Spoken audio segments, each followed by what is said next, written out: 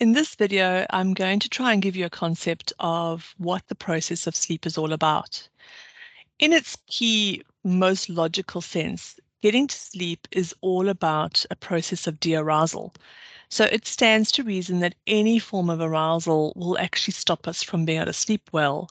And actually, in sleep psychology, when we work with people who are having problems with their sleep, it's actually all about sleep quality, much more than sleep quantity. So, if we can really improve the quality of someone's sleep, chances are you're going to start feeling like you're functioning better and you're going to start having the impact and benefits of that. So, de arousal, it stands to reason that we need to actually de arouse on three different levels.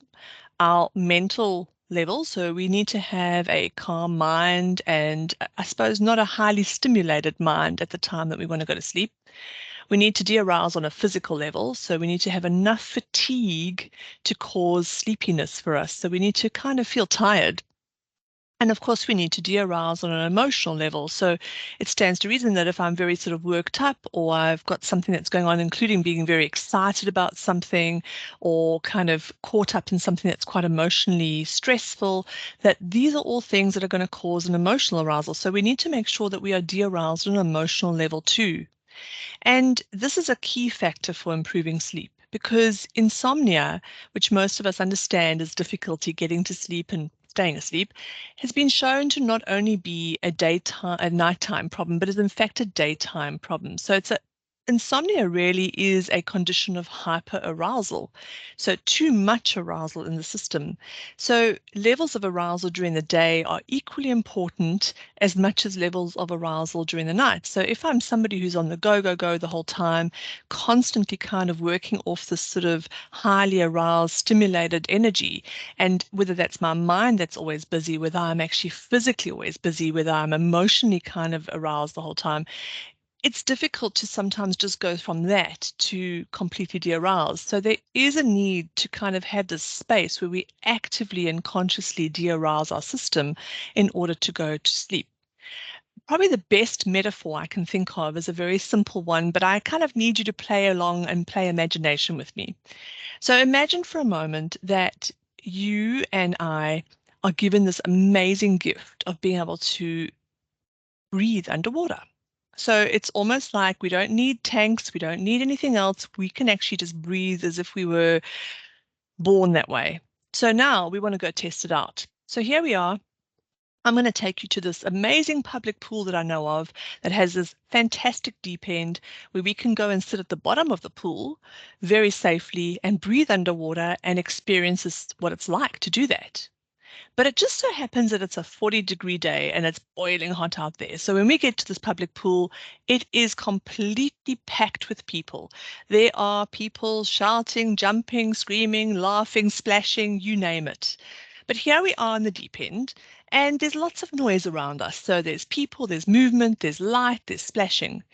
But we're going to just go experience what it's like to sit in the bottom of the pool where not many people can get to. So here we go. We go.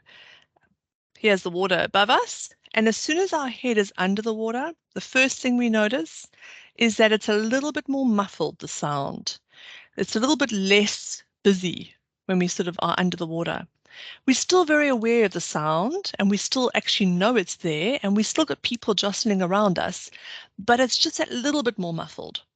And the first thing that's going to happen is we're going to take our first breath underwater.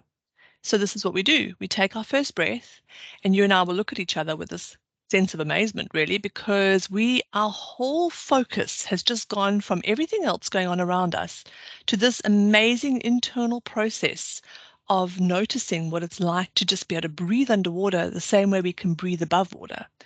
And we become quite amazed with this process. It feels really good. So just imagine it's no different to breathing in this beautiful fresh air. It feels completely natural and normal, and we're amazed by it. So our curiosity and our focus has gone inwards. And now our plan is to go and sit on the bottom of the pool where it's actually beautifully quiet and peaceful because nobody else can really do that. So here we go, down, down, down. And as we go down, we continue to really be focused on our internal experience. And in fact, there's a level of enjoyment of this internal experience because we enjoying the process of noticing we can sink to the bottom of the pool without any need for any ways to help keep us there. And we can actually breathe in the water as if it was breathing in air.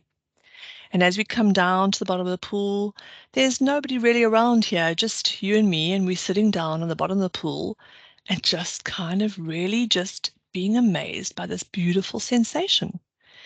But here's the thing, at any point in time, when we kind of sort of think to ourselves, hey, I wonder, did everyone leave the pool? Have they disappeared? As soon as we want to check if that noise and all those people are there, it's like we shoot back up to the surface. And here we are, as soon as we back up at the surface, we see all the noise and all the people are still very much there. It's just that we had kind of almost forgotten about them because we were so focused on this lovely internal experience we're having. And so now we have to do the whole process again. Here we go down again. And this is the same as sleep. This is the process of de-arousal and getting to sleep. Part of that de-arousal process is shifting what we care that we are aware of. So the awareness of what's going on around us in our heads, in our body, in our environment, if we focused there, we're not actually focusing on this internal process of just sinking into this wonderful space of sleep and peace and quiet. And in fact, the whole point here is that maybe there's times where I can't switch off my mind. Maybe my mind is continuing to make the noise on the surface of the pool. Maybe there's actual noise around me in my environment. Maybe I've got other stimulation like pain or other things that are going on for me. But the more I focus on them, the less I'm actually able to get to sleep because I'm actually focusing, especially if I'm focusing on not wanting that noise there, then what's happening is I'm actually creating an arousal in my system.